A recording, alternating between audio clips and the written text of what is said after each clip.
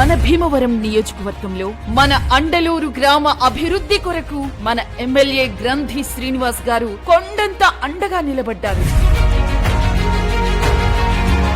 గతంలో మన గ్రామ అభివృద్ధి కొరకు ఏ ప్రభుత్వం ఏ పాలకుడు పట్టించుకున్న పాపాను పోలేదు.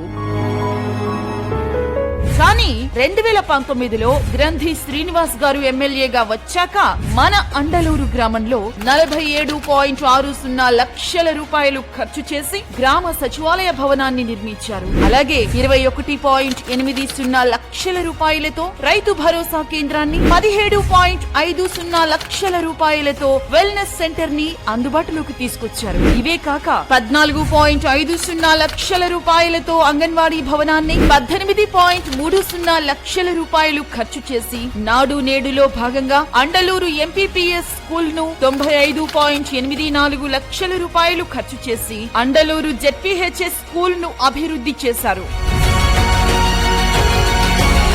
వైఎస్ఆర్ కాలనీలో గ్రావెల్ రోడ్డు ఏర్పాటు కొరకు 5 లక్షలు ఖర్చు చేశారు. ఇక అదే కాలనీలో సీసీ రోడ్డు ఏర్పాటు కొరకు 22 లక్షలు ఖర్చు చేశారు. ఇక 33.60 లక్షల రూపాయలు ఖర్చు చేసి గ్రామంలో ప్రతి ఇంటికి సురక్షిత మంచినీరు అందించే విధంగా ట్యాప్లు ఏర్పాటు చేశారు.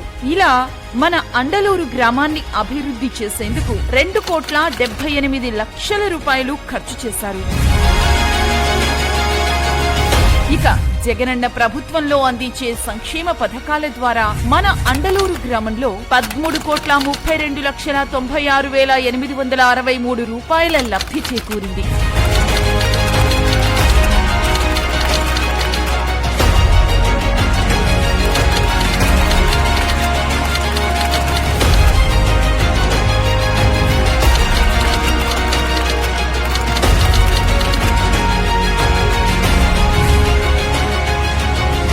ఇక సంక్షేమం మరియు అభివృద్ధి మొత్తం కలిపి మన అండలూరు గ్రామానికి 16 కోట్ల రూపాయలు పైగా లబ్ధి చేకూరింది.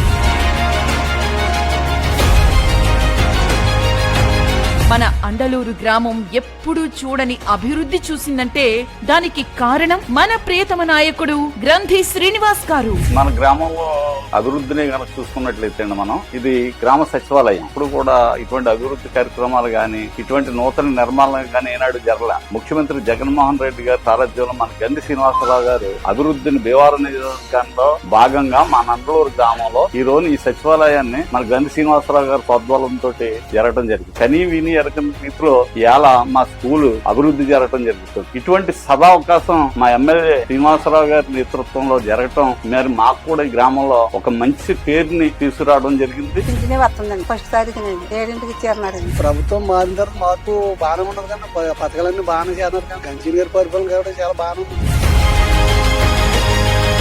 ఈ అభివృద్ధి ఇలాగే కొనసాగాలి, సంక్షేమం ఆగకుండా అందాలి అంటే మళ్ళీ మన ఎమ్మెల్యేగా గ్రంథి శ్రీనివాస్ గారినే గెలిపించుకోవాలని మన గ్రామ ప్రజలందరూ కోరుకుంటున్నారు.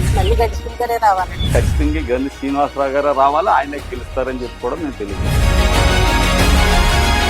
మన గ్రంథి శ్రీనివాస్ గారితోనే మన అండలూరు గ్రామ అభివృద్ధి, మన గ్రంథి శ్రీనివాస్ గారితోనే మన భీమవరం నియోజకవర్గ అభివృద్ధి. ఫ్యాన్ గుర్తుకే మన ఓటు.